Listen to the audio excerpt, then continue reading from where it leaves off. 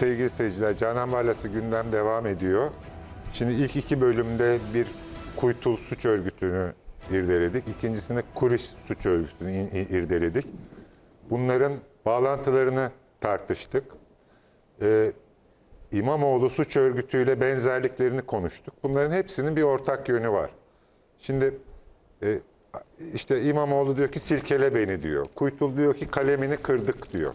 Hepsinde böyle bir cahil cesareti var. Bu cahil cesaretinin en büyüğü de terör devleti İsrail'den kaynaklanıyor.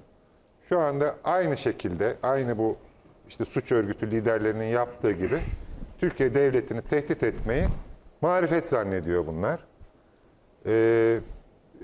İsrail en son Türk askerlerinin olma ihtimali olan bir yeri bombalayarak provokasyon çıkarmaya çalıştı.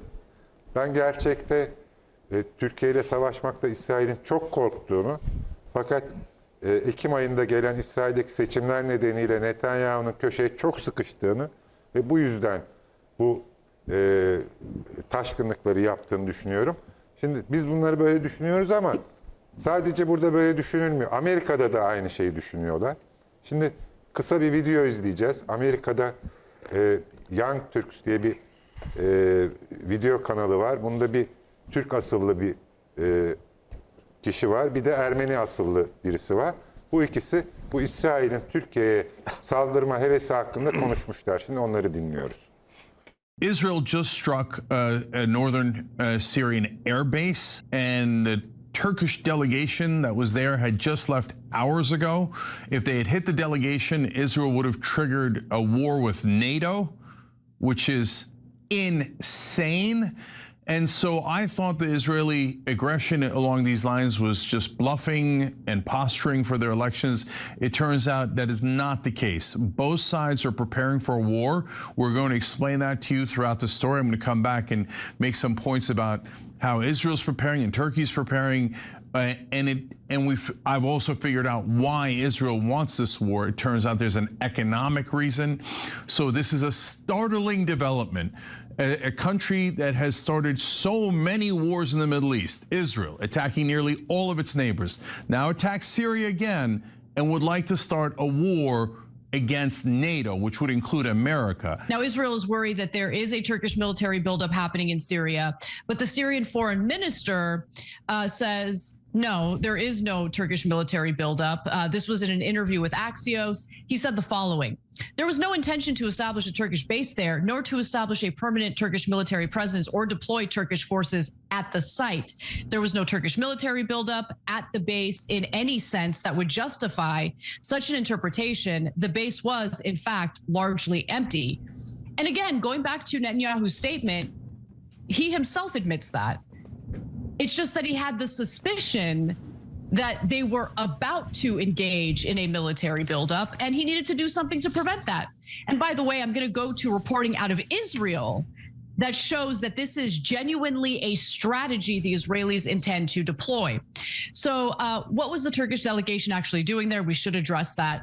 So 2 Syrian officials who spoke to the Associated Press on condition of anonymity said that the Turkish delegation had visited the air base in the northeastern province of Idlib to basically review rehabilitation work underway at the facility. As I mentioned earlier, they're trying to rebuild Syria after a devastating years-long civil war. Turkey accused Netanyahu of making untenable allegations intended to legitimize Israel's unlawful airstrikes targeting Syria's sovereignty and territorial integrity. Sovereignty and territorial integrity are 2 things that Israel couldn't care less about. Let me just be clear about that, but let me continue with the rest of this. It alleged that Netanyahu aimed to pursue expansionist and destabilizing policies in the region ahead of the elections in Israel. That is 100% true. There's no question about that. Israel's behavior, certainly when they're trying to annex land from Lebanon, when they're trying to take over all Palestinian territory. I mean, they are putting the clean break memo into action. It's been in action for a long time because they do want to expand their borders and carry out what is known as the Greater Israel Project. They have made detailed plans to attack Turkey, and they've made the plans are so detailed, as Anna just explained to you, they already have a plan for where they can kill Turkish troops and where they can't. So they have a legal defense ready. If we kill Turkish troops on land that isn't Turkish territory, they think legally it doesn't trigger Article 5, which means that the rest of NATO has to defend Turkey. So I now also realize, in hindsight, looking back for the last 10 and even longer years here in America, the people who've been driving the anti-NATO propaganda, once again, the Israeli lobby. Why? Well, we didn't know it at the time, but they needed to destroy NATO so that they could attack Turkey and not have America and the rest of Europe retaliate. And so that's obviously unthinkable for Israel. And I'm sure that Israel thinks it doesn't matter. We have special exemptions. So if we wanted, we could bomb Paris and America would join on our side and not on the French side. And so they have grown so enormously arrogant that they have detailed meticulous plans on where to murder Turkish troops and get away with it. And here's what's not going to happen. They attack Turkish troops and Turkey does not respond. So they can claim all day long, as they do, and the American press, being their dogs and servants, can pretend that it's true, but the rest of the planet doesn't operate that way. So what do they say? They say, well, if we get hit first, well, that's obviously self-defense, and that gives us a right to not only counterattack, but do a genocide and do random wars that are not even related. It gives us infinite rights of self-defense. We could take 70% of Gaza, southern Lebanon for no reason, but hey, it's now ours, etc. But if we attack first, Israel says, like in Syria, oh, that's okay, it's preemptive attack, so that's just self-defense. So whether we get attacked or we do the attacking, it's self-defense either way. And the American media comes out like a bunch of puppets, and you can kiss my ass with whatever trope your accusations you make, but you are, and you sit there and you go, of course it is, it's self-defense. When you murder others and invade others and you attack others like Russia, no, that's not self-defense. When Israel does it, that's self-defense. Well, you're a bunch of liars who are obviously working for Israel to spread their propaganda. And by the way, if you don't know, 1967, Israel attacked all of its neighbors and destroyed their air forces on day one. And then they called it self-defense because it was a preemptive attack. And all of American media lied to you your whole life. And they framed it as, oh, Israel was defending itself in 1967. The vicious Arab neighbors attacked them. That is not true. That is a 100% verifiable lie, and you could look that up. But to this day, you will get anchors on television in America lying on behalf of Israel. Okay, so now that brings us to what the hell are they doing with Turkey? So why would they want to go and attack the second largest military in NATO, even if NATO doesn't respond? It's the second largest military next to the United States and NATO. That is a gigantic military. And they think, no, it's okay. America will back us no matter what war we start, etc. And so why do they want it? Number one, they're not worried about Turkish occupation in Syria. That's what I thought. No, they're worried that Turkey is going to rebuild the infrastructure and the military of Syria. So after Assad was toppled and the new leader comes in, Israel at that point then went and bombed a whole bunch of Syrian military installations. Why? Because they didn't want the new government of Syria to build up any defenses.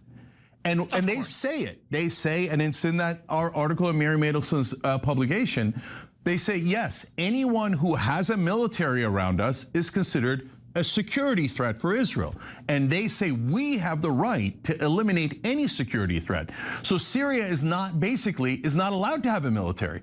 So if Turkey or Qatar or anybody else is helping them rebuild their own military, Israel finds that an unacceptable security threat, and they have a right to invade, attack, bomb Syria, and kill anyone they like, Syrians or Turks.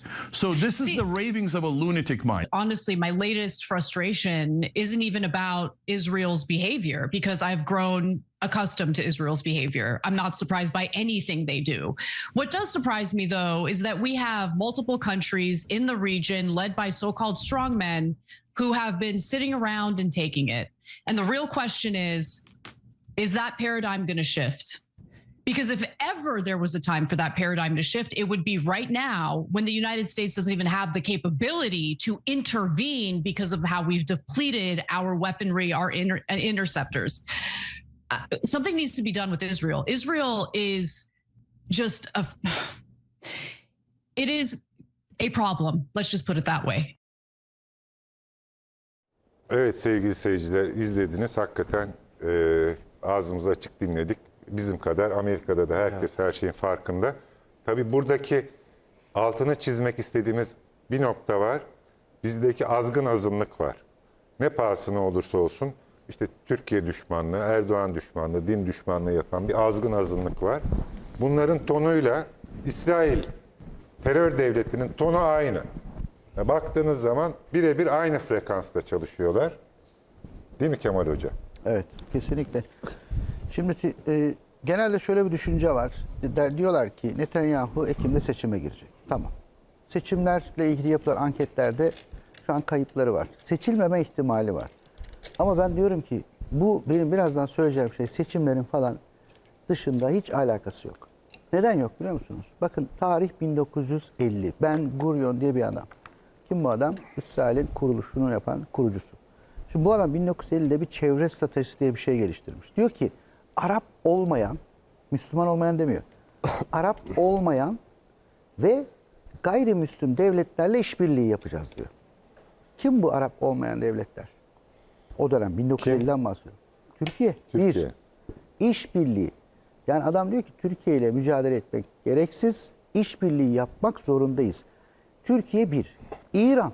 Zaten 50 yıl süren bir istihbarat anlaşması da yapmışız değil mi? Tabii. 2000'li yıllarda bitti o anlaşma. Evet, çok doğru. Etiyopya. Etiyopya anlaşması mıydı o? Yok, o senin dediğin Etiyopya doğru. mı? Türkiye, O İran, ayrı. Etiyopya İran, işbirliği. Etiyopya bir de ne diyor biliyor musunuz? Arap ülkelerinin içindeki azınlıklarla işbirliği yapın diyor. Kim bunlar? Kürtler, PKK falan. Dürziler. Yani adamın planı 1950 Ben Gurion çevreleme planı. 1980'de, 82'de hatta bir adam daha çıkıyor, yazar. Odet Yinon diye bir adam 1982'de bir makale yazıyor. O da diyor ki Arapları parçalamak zorundayız diyor. Hangi devletten olduğunu makalede yazmış. Evet. 1. Mısır. 2. Suriye. 3. Irak. 4. Lübnan. Hepsi parçalandı mı şu an? Parçalandı. Sonra 2025'te Jacob Nagel diye bir adam çıkıyor. Eski bir tümgeneral İsrailli. O da diyor ki Türkiye oturumu düzenliyorlar komitede, Nagel komitesinde. Diyor ki Türkiye İran'dan daha tehlikelidir, Evet. daha yüksek tehdittir. Türkiye ile baş etmek için teknik askeri hazırlıkları sıralıyor. Bunu şimdi de söylüyorlar zaten değil mi? Şimdi zaten Şimdi geçen sene yapılan bir şey. Ya şimdi bu tutarlılıkta gittiğiniz zaman Evet, şimdi bir haritaya gidelim. Haritanın üstünden. Şimdi sevgili seyirciler, bu bizim içimizdeki azgın azınlığın bunlarla benzer tavrını zaten programın sonuna doğru bu İstanbul Belediyesi suç örgütü davasına da göreceğiz. Bu Oradaki azınlık içerideki azınlıkla ilgili bakın daha yeni Namık'tan yeni partinin daha önce biliyorsunuz CHP'nin dışişleri danışmanıydı. Genel başkanlık düzeyinde bu danışmanlığı yapıyordu. Daha sonra bölününce parti yeni partiye geçti. Ne diyor? İsrail'in söz konusu saldırısını Türkiye'ye yönelik doğrudan bir meydan okuma veya gözdağı olarak değerlendirmek için yeterli veri yok. işte. işte daha diyecek bir şey yok. Azgın azınlık bu işte. Yani Ben Gurion'un dediği ülke içerisinde Aynı burada azınlıklar- söylüyorlar ya, Tabii, utanmadan. Yani bu yapılar sadece bir etnik ya da Ya mezhep- Netanyahu açıkça mesaj verdi. Bakın bu şimdi İsrail'den daha çok savunan bir ekipten bahsediyoruz. Netanyahu bir gün, 2 gün ses çıkmadı, tamam mı, İsrail'den bu harekatla ilgili. Netanyahu daha sonra çıktı, dedi ki biz Türkiye'ye açıkça mesaj verdik. Güney'e doğru. Bu Namık'tan Türkiye'nin alakası yok derken Netanyahu çıktı. acele tweet atıyor. Koskoca bir partinin dış ilişkiler danışmanı, dış politika danışmanı. dış politika danışmanı diyor ki veri yok. Ya Netanyahu açıkça Bak işte açıkladı. söylemiş. Belki o Dışişleri Netanyahu'nun Bakanı. üstünde bir yapı var. Evet.